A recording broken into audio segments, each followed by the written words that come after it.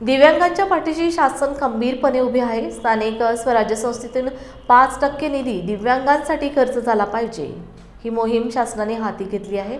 जिल्ह्यात निधी खर्च करण्याचे योग्य नियोजन सुरू असून जिल्हा स्तरावर दिव्यांगांसाठी विविध योजना सुरू करण्यात येईल, असे प्रतिपादन जिल्ह्याचे पालकमंत्री डॉ. पंकज भुयार यांनी केले।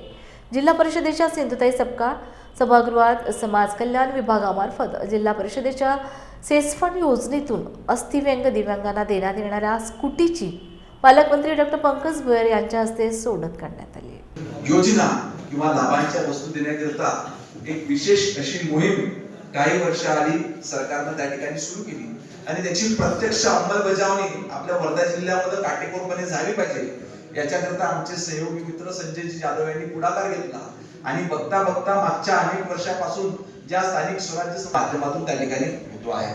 आज मला सांगताना आनंद होतोय की मागे आपण निरामय वर्धा अभियान जेव्हा घेतलं होतं त्यावेळेस 43 लक्ष पर्यंत तरतूद त्या ठिकाणी केलं आणि जिल्ह्यातल्या दिव्यांग विद्यार्थ्यांच्या 5वी ते 10वी वर्गामध्ये आहेत त्यांना त्यांच्या भविष्यात